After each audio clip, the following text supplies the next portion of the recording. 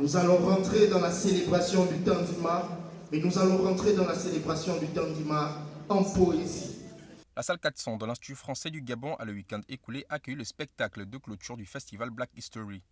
Pour cette 4e édition, l'accent a été mis sur la culture traditionnelle gabonaise à travers le Tandima, ce précepte de vie initié par une icône de la musique africaine, Vikos Ekondo, décédé au cours de l'année 2023. Le festival Black History Art, c'est un festival qui a vocation à valoriser l'artiste, mais surtout l'artiste, parce que l'artiste façonne la culture et la culture définit le standard de vie d'une société. Et donc nous croyons que l'artiste est quelqu'un qui non seulement a sa place en tant que pédagogue, mais surtout dans le concert des nations quand il s'agit de parler de la réappropriation culturelle, la réappropriation de nos valeurs. Nous sommes à la recherche donc de ces artistes-là. Et dans le cadre de la 4e édition du festival Black History Art, nous avons voulu rendre hommage à cet artiste-là qui est icône de notre culture. Il s'agit de Vikos Ekondo. Il a créé une œuvre qui s'appelle le Tandima. Et pour permettre à son œuvre de ne pas mourir, nous avons créé ce concert qui s'appelle Les Héritiers du Tandima dans le cadre de la 4e édition du festival Black History Art.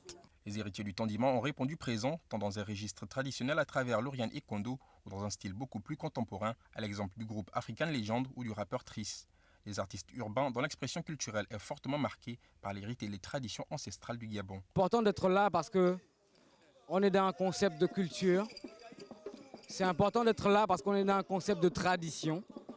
Et qui dit tradition dit transmission. Ce qui veut dire qu'on voudrait bien que nos petits frères suivent le pas de Papa Vikos, suivent le pas de ceux qui considèrent les œuvres de l'esprit. Impérativement qu'on soit là parce que déjà on se considère comme des héritiers du Tandima, qui est le concept de cette 4e édition du festival Black History. Donc il fallait vraiment qu'on soit là parce qu'on poursuit seulement ce que l'icône Vikos Ekondo a laissé donc, mettre en valeur la tradition gabonaise.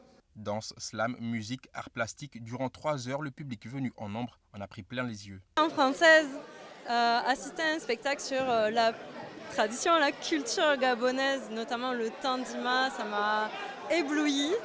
Vraiment de voir toutes ces danses mélangées et puis même tout au long du spectacle, avoir le concours en langue maternelle. Donc même si on ne comprend pas, c'est toujours enrichissant et intéressant. Un exemple pour nous tous, une inspiration qui continuera de nous inspirer. Ça fait partie de nos monts sacrés, aussi bien que Pierre Claver Akenenge, Mac Joss, Pierre Claver Nzenk, Aziz Inanga et j'en passe. Alors j'ai vraiment apprécié en tant qu'ambassadrice de la culture gabonaise et en tant qu'amoureuse de la culture, je ne vais pas dire la culture de l'identité gabonaise, j'ai vraiment aimé. C'était vraiment un très bel hommage à Vikos Ekondo, mais surtout un hommage à l'identité gabonaise et à toute la couleur musicale d'abord et surtout la couleur culturelle du Gabon. Et je dis seulement merci aux organisateurs de la Black History Art. Je ne sais pas si je pourrais venir l'année prochaine parce que le show était tellement gros que l'année prochaine on aura envie de beaucoup plus pour la 5e édition. Mais vraiment, j'ai passé un très bon moment.